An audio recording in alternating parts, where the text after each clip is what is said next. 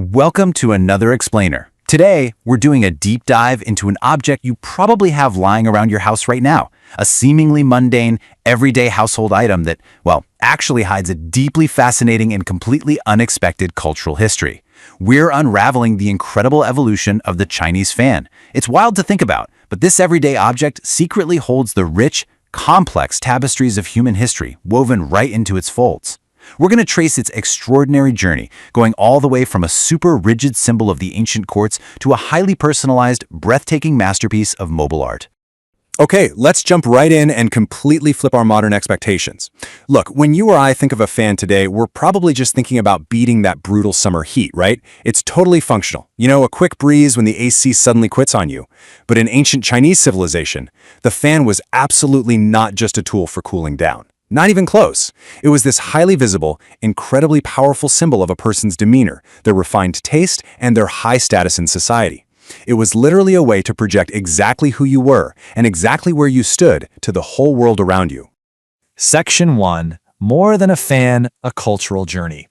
Now, to really wrap our heads around how this simple object transformed into such a potent symbol of prestige, we've got to trace its chronological evolution. As you can see, the fan story spans thousands of years across the absolutely most influential dynasties in Chinese history. We'll be walking step by step through the Han, Tang, Song, Ming, and Qing dynasties. And as we go, pay attention how the fan acts as this perfect mirror to the society itself. It didn't just exist alongside history, it evolved right alongside the culture, the fine art, and those super complex social structures of China over millennia.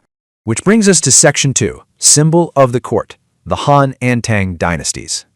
Our journey kicks off deep within the royal courts. Back then, the fan first took its place not in the hands of everyday folks, but as this crazy, luxurious item reserved strictly for the aristocracy. Now, these early fans featured fixed, round shapes. You couldn't just fold them up and shove them in your pocket. They were deliberately rigid, honestly kind of like the strict social hierarchies of the time.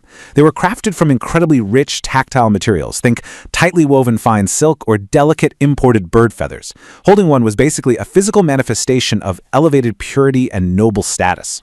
You didn't wave it around frantically. You held it with perfect poise, projecting this aura of untouchable aristocratic grace. Moving on to Section 3, the folding fan revolution, the Song dynasty twist. So, history rarely stays static, right? And during the Song dynasty, the story takes a massive mechanical turn. What's truly a fantastic revelation here is where this change actually came from. Get this, the iconic folding mechanism, the very design we instantly associate with classic Chinese culture today, wasn't originally Chinese at all.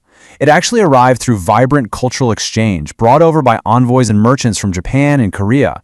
It's such a beautiful, tangible reminder of how deeply interconnected these ancient cultures were, freely sharing these brilliant ideas that would literally go on to define entire historical eras. And this right here brilliantly illustrates that traumatic cultural shift.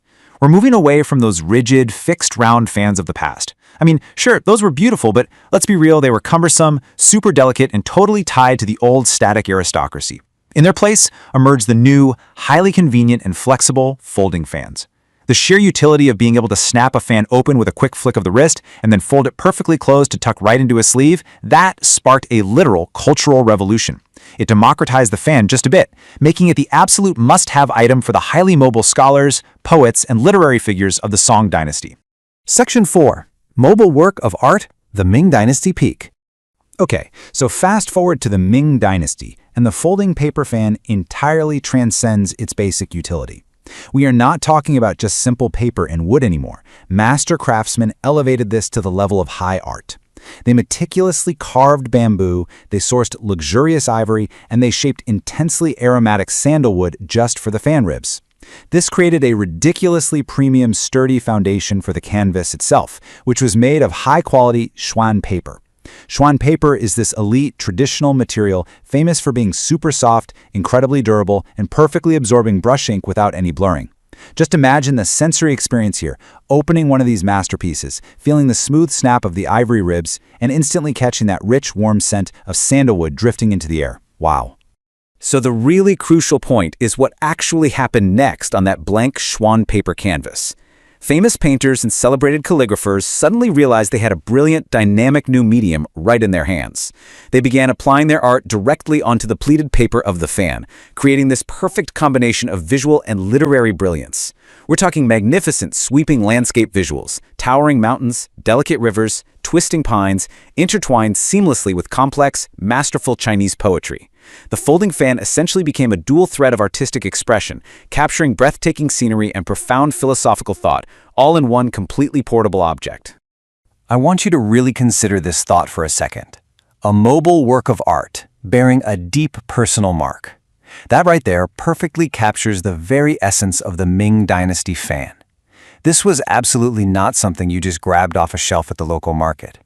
Every single fan became the ultimate, portable expression of a scholar's personal identity, their intellect, and their totally unique artistic soul. By commissioning a specific painting and a specific poem, the owner basically baked their own worldview right into the fan. So when you casually snapped open your fan in a tea house or a courtyard garden, you weren't just cooling yourself down, you were literally revealing your inner world and your deepest values to everyone in the room. And that brings us to our final era, Section 5, Living Cultural Heritage, Qing Dynasty to Modernity. Entering the Qing Dynasty, the fan evolved yet again, stepping firmly out of the quiet isolation of the scholar's study and straight into the bustling realm of complex social currency. It fully transformed into this highly refined fashion accessory, but even more importantly, it functioned as a very subtle, unspoken social communication tool.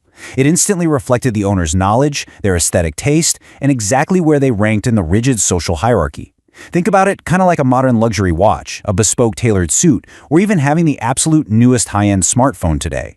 By carrying a specific, recognizable style of a Qing Dynasty paper fan, you are effortlessly broadcasting your intellect and your social standing without ever having to say a single word.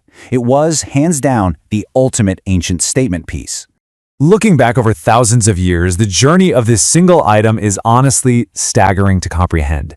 I mean, we went from a primitive object meant simply to move a little bit of air, to a rigid symbol of court purity, to a highly coveted scholar's canvas, and finally to a sophisticated social communicator.